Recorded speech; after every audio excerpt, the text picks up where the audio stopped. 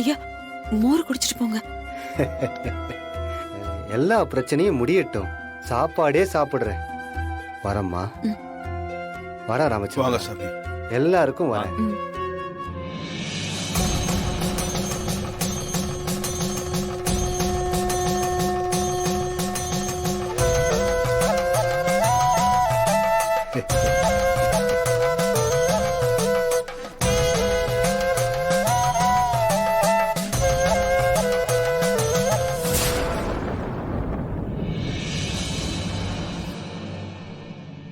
குளத்துல தண்ணி கலங்கி இருக்கும்போது எல்லாமே அழுக்காதான் தெரியும் வீரா.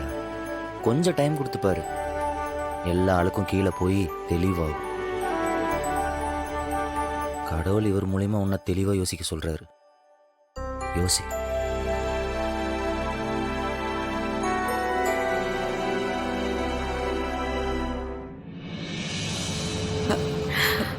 விஜய்,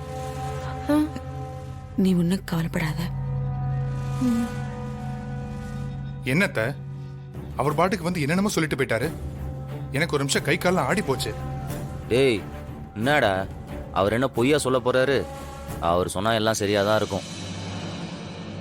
என்னத்த, அவர் சொன்னா சரியா தானே இருக்கும்.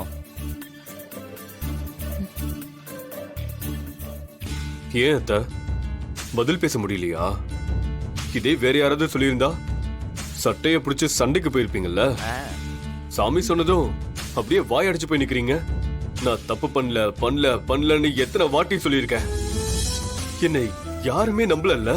விஜய் நல்லவ, முத்த மீன் அவ பக்கம் நின்னீங்க. ஆனா இப்போ எல்லாரும் நம்புற கடவுள் சாமியார் மூலமா எல்லாத்தையும் புட்டு புட்டு சொல்லிட்டு போயிட்டாரு. இப்ப அவர் சொன்னதோட அர்த்தம் புரியுதுல்ல?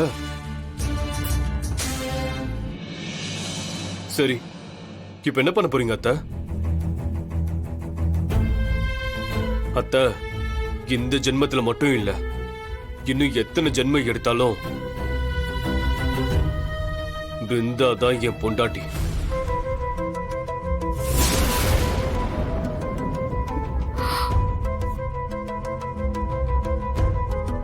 சாமியாரே இவதான் என் பொண்டாட்டின்னு ஆசீர்வாதம் பண்ணிட்டு போயிட்டாரு. இப்பவாது நீங்க புரிஞ்சுப்பீங்க, நான் எந்த தப்புமே பண்ணல. தயவு செஞ்சு இவ்வளவு அடிச்சு வீட்டை விட்டு துரத்துங்க. டே கார்த்தி, கொஞ்சம் அமைதியாடுறா.